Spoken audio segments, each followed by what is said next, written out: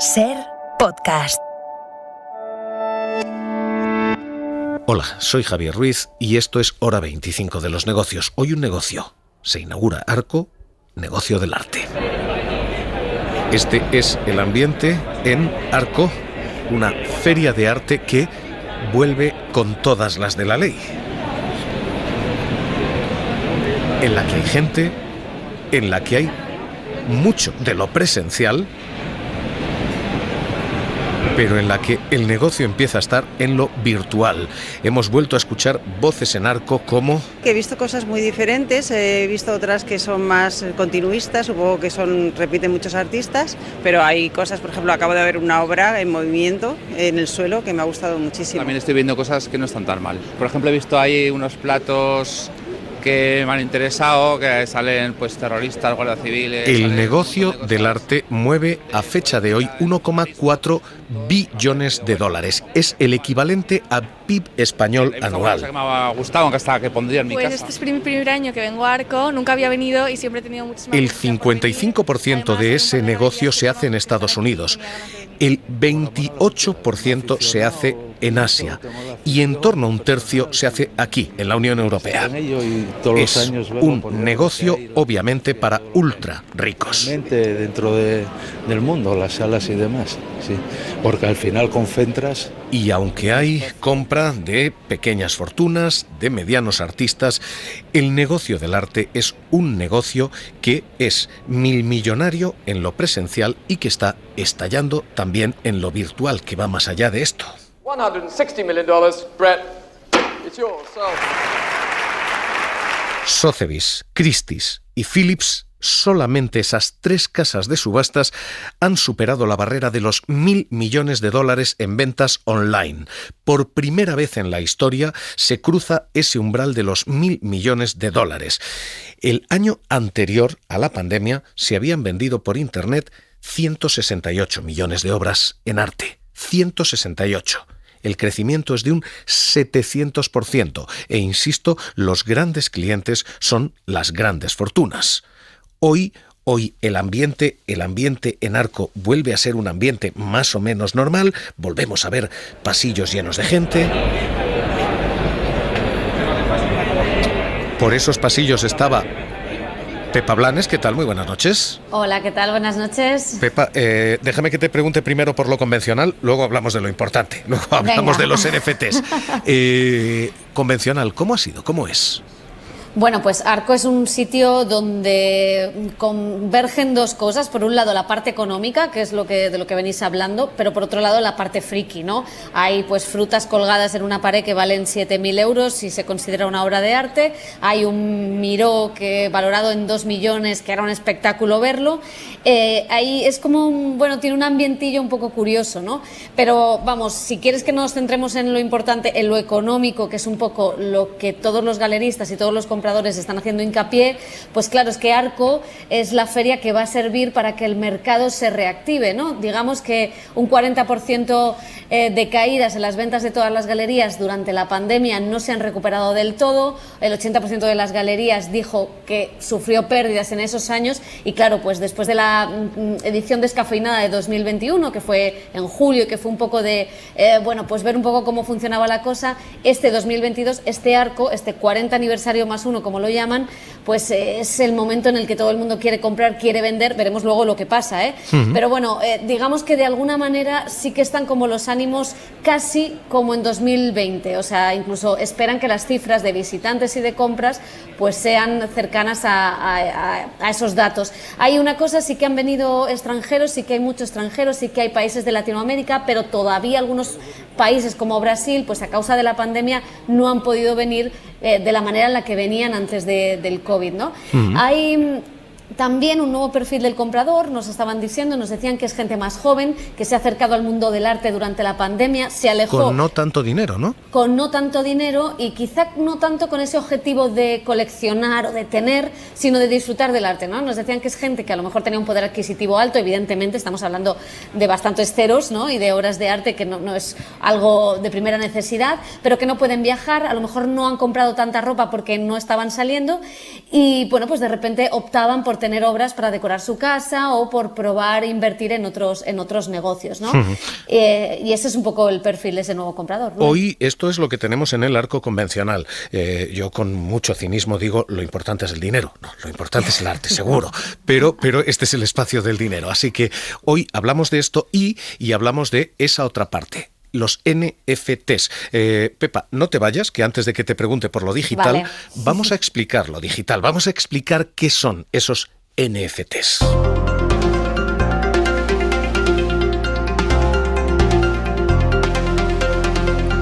Este es el nuevo arte digital. NFT son las siglas de Non-Fungible Token. Son piezas que no son fungibles, que no se gastan y son literalmente los originales de las obras digitales. Se inventaron en el año 2014 y tuvieron un mini boom en 2017. Entonces, lo que había por ahí fuera eran criptogatitos, literalmente. Eran gatitos, piezas que tenían la garantía de que ese era el original, lo demás eran copias digitales. Y todo esto fue más o menos estable hasta que llegamos al año 2021. Y entonces ocurrió esto. 69 millones de dólares.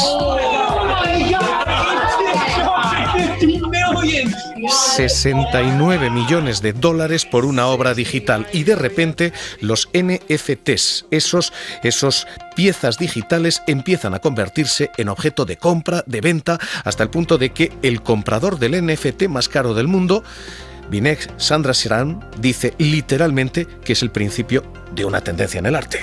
I think this is a significant piece in art history. And sometimes these things take some time. A veces esto lleva tiempo, dice, pero este es el principio de un cambio de tendencia. El arte pasa a ser digital. Esto es lo que dice el comprador. El vendedor dice: So I've been making digital art for the last 20 years, and sort of growing in sort of popularity over that time, but there was no way to sort of collect my work. He estado haciendo esto durante los últimos 20 años, pero la popularidad empieza ahora. El nombre es Beetle, él es el autor que vende todo esto. Y comienza aquí el negocio de los NFTs, los Non-Fungible Tokens.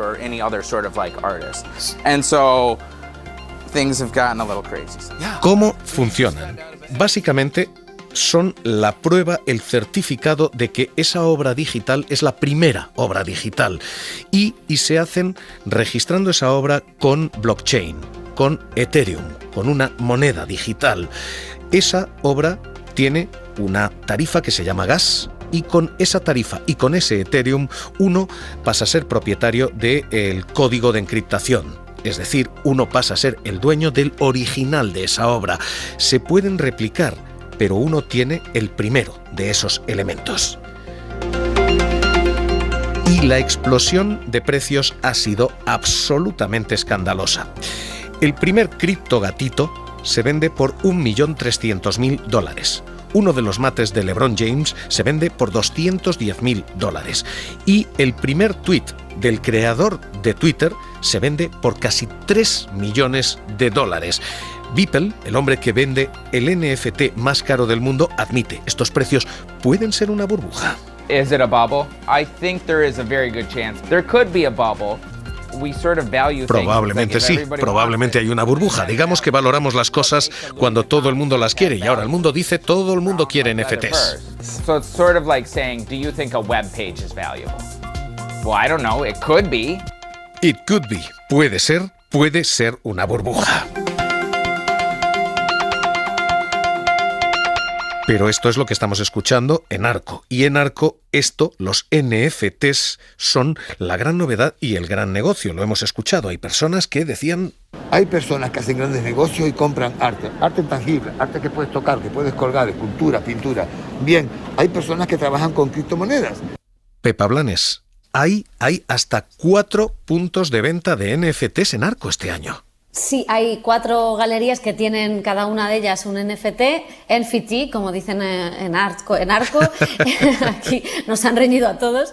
Y lo cierto es que, bueno, el año pasado ya hubo uno de Soleimán López, que repite este año con otro. Se vendió, después se subastó y, bueno, ha tenido cierto recorrido. La polémica real de los NFTs tuvo lugar el año pasado en Arco, pero aquí digamos que se dan 2 tendencias. Esas galerías tradicionales que ven con cierto recelo todo este mundo que está llegando, pero bueno, la directora de Arco, por ejemplo, decía esta mañana que claro, que es que dentro de poco habrá galerías virtuales dentro de la feria, que ella no descarta que en los próximos años se incluyan stands virtuales, que veremos esto cómo lo vemos en el metaverso, ¿no? Pero lo cierto es que estas obras, pues claro, nos decía este señor al que escuchábamos que era muy curioso que todo el mundo le preguntaba por ellos. Nadie los quiere, pero todo el mundo pregunta, ¿no? Es un poco el run run que hay sobre la feria, y este en concreto tenía un proyecto que se llama Olea y que es una criptomoneda almacenada en ADN introducido en aceite de oliva. Claro, si en Arco ya hay un debate sobre qué es arte o qué es una tomadura de pelo, ¿no? Por decirlo así en lenguaje llano, ¿no? En castellano, pues claro, imagínate si metemos toda esta parte virtual no tangible, ¿no? Que el comprador, digamos, no puede tocar. Pues el debate está todavía más abierto que nunca. Hay otra cosa curiosa, Ruiz, y es que, claro, ¿qué pasa con los NFTs? Que tú antes decías lo de la canasta de LeBron James, creo que decías, ¿no? Que me lío con los jugadores. $210.000 ese claro, mate.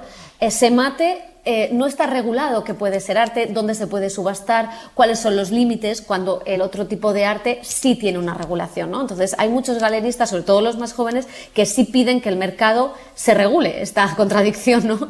Del propio mercado, que se vaya regulando. Pues Pepa Blanes sigue paseando por allí. Gracias, cuídate, buenas noches. Buenas noches. Este es el gran impacto y la gran novedad este año. Y este es el gran negocio. En esto no tenemos la pretenciosidad de decir esto no es arte. El arte es lo que, primero, inspira sentimientos a cada uno de nosotros y, segundo, lo que el mercado termina diciendo que es arte. Así que la pregunta no es si esto es o no arte, sino si esto es o no es una burbuja en el arte. Joan Feliu, profesor de Historia del Arte en la Universidad Internacional de Valencia. ¿Qué tal? Muy buenas noches. Hola, buenas noches. ¿Es esto una burbuja? ¿Hay una burbuja en el arte digital, en los NFTs? Probablemente. Se han dado 2 circunstancias. Por un lado, había una gran cantidad de artistas que estaban trabajando en soportes digitales y que no tenían un acceso al mercado porque no podían certificar la autenticidad de una obra. Al final, en el mercado del arte, igual que en cualquier mercado, la escasez es uno de los grandes motivos de tasación, ¿no? Y el poder certificar la originalidad de una obra hace que esa obra sea coleccionable. Es como quien colecciona autógrafos, por ejemplo. Tú puedes leer cualquier obra de Lope de Vega de manera gratuita en una biblioteca, pero siempre habrá algún coleccionista que quiera tener una primera edición, y más si está autografiada por Lope de Vega. Uh-huh. Esa gran cantidad de artistas que no tenían acceso al mercado a través de su obra digital han encontrado ahora con este certificado la posibilidad de acceder al mercado, y se ha producido un boom de oferta que ha coincidido además con primero la moda, de la novedad de ser los primeros que comiencen a coleccionar este tipo de soportes digitales, y por otro lado otra burbuja o otra posible burbuja, que es la de la inversión en la criptomoneda, porque habría que distinguir, por un lado, el mercado del arte, donde el NFT actúa como un certificado únicamente de originalidad. Ajá. Y el valor lo da la obra que está certificando, y aquellos NFTs que lo único que están haciendo es venderse como NFTs porque es un refugio más seguro de inversión en Ethereum que la propia moneda del Ethereum por el hecho de que el NFT no es divisible. Claro. Y por lo tanto es menos está menos condicionado a los vaivenes del mercado que hemos visto que en el mundo de las criptomonedas pues son altísimos. Es decir, tener valor porque se establece como esto vale 69 Ethers, 69 monedas de Ethereum y por tanto esto consolida cierto valor. Exacto. Ha habido en todo esto una explosión del arte, pero esto no es solo arte. The Economist decidió jugar a vender su portada y su portada se vendió por unas cantidades obscenas de dinero. El New York Times, uno de los redactores, publica su primer artículo en NFT y dice: puedo comprarme una casa con lo que se ha subastado. Tenemos una cierta locura en todo esto. En estos momentos, ¿podemos estar corriendo un riesgo si entramos ahí? En principio todos los analistas creen que sí. Realmente el mundo de la criptomoneda y al final este tipo de NFTs lo que están haciendo es sacar al mercado un valor de inversión en Ethereum, en una criptomoneda. No están vendiendo la obra en concreto, sino un encriptado, una cadena de blockchain que tiene un valor en criptomoneda. Por lo tanto, hay un mercado de inversionistas en criptomonedas a través de NFTs que se ha mezclado con el mercado del arte. Y por eso aparecen pues NFTs que da igual lo que representen, pueden tener una curiosidad coleccionable, como puede ser una portada de un periódico, pero pueden ser un punk o un monito pixelado, ¿no? Déjeme que le pregunte por los dos lados de esto y que escuchemos los dos lados de esta historia, porque a un lado están los compradores. Hoy en Arco, Pepa Blanes nos contaba, pero Dani de la Fuente también ha estado con ellos y hemos escuchado a mucha gente que lo que dice es: esto es, además de una inversión, que es lo que estamos hablando, además una oportunidad artística. Hay quien no quiere saber nada de ellos. Yo no. Yo soy muy clásica para eso. Como Juana de Aizpiru, fundadora de Arco, pero son una revolución. Queremos seguir abogando por el futuro, por las nuevas tecnologías, por los nuevos medios del arte. Como nos cuenta esta otra galerista, las ventas se han disparado un 280% desde 2019, alcanzando los 3.000 millones de euros solo en el primer semestre de 2021. Algunos ejemplos. Casas tradicionales como Christie's, que subastó una obra de Beatle por 69 millones en marzo de 2021. En España también vimos este fenómeno con ejemplos como Durán, que subastó varias obras NFT en el mes de octubre. Es Eva Peribáñez de Iscox, empresa de seguros especializada en arte online. Esto ha obligado a las grandes casas de subastas a realizar pujas en plataformas como Facebook, YouTube, Instagram o TikTok. Es una forma de acercar el arte a los jóvenes, como reconoce Belin, artista urbano que ha creado su primer NFT. Un artista que está empezando, eso acerca a otro tipo de jóvenes su obra por medio de redes sociales. A los chavales les encanta jugar a los videojuegos, ven conciertos en videojuegos y es muy interesante llevar el arte a ese público. La fiebre ha llegado también a París, donde hace un par de semanas se celebró la primera subasta del mundo en el metaverso. Antes una obra digital pues se podía reproducir al infinito y al final no tenía valor. Con esta nueva tecnología el artista es dueño de su obra. Es Montserrat Franco, una de las curadoras de esta exhibición, porque los jóvenes ya no compran relojes de Luis XIV, compran una iglesia en 3 dimensiones diseñada para Marte y adjudicada a un avatar por 15.000 euros.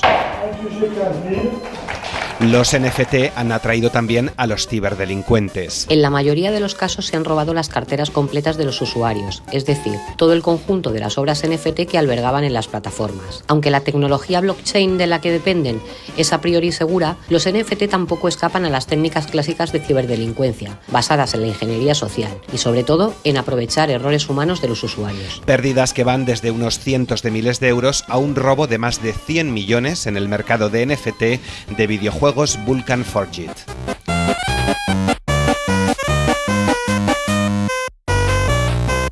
Ahora el mercado del arte mueve 1,4 billones con B de dólares. ¿Este arte digital va a seguir creciendo, va a seguir avanzando?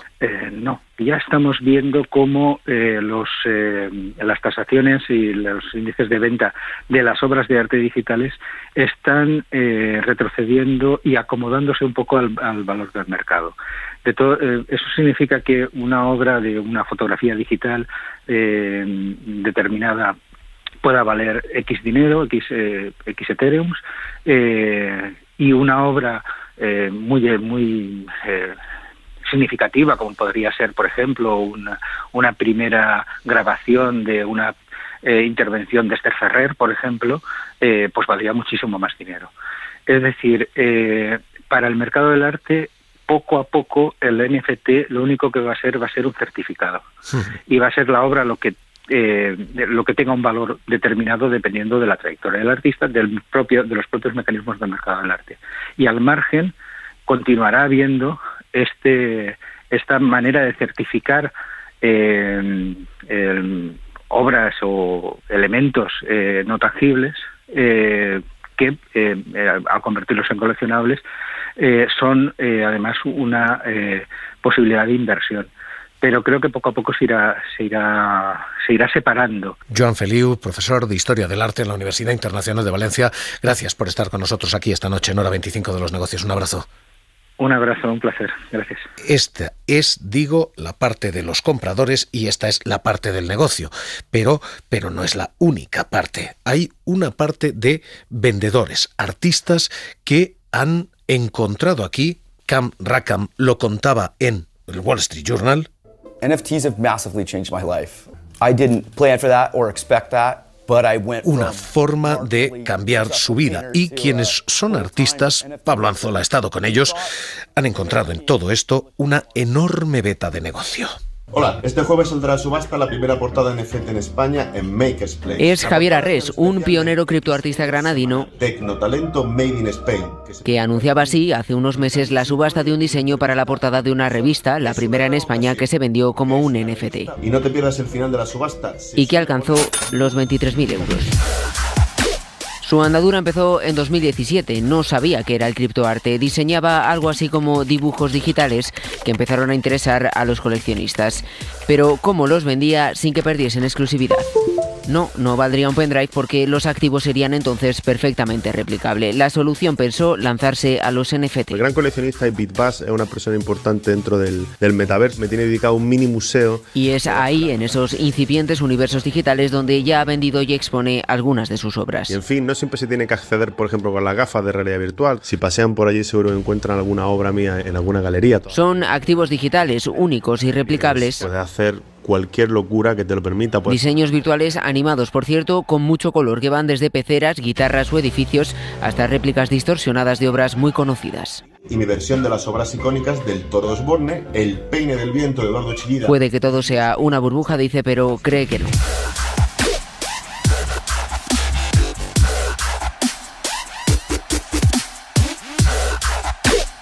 Negocio del arte.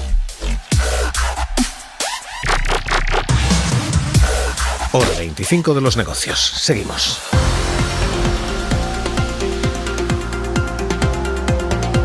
Suscríbete a Hora 25 de los negocios. Todos los episodios y contenidos adicionales en la app de Cadena SER y en nuestros canales de Apple Podcast, Spotify, iVoox, Google Podcast y YouTube.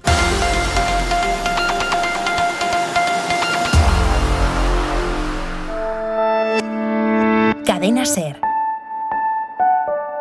La radio.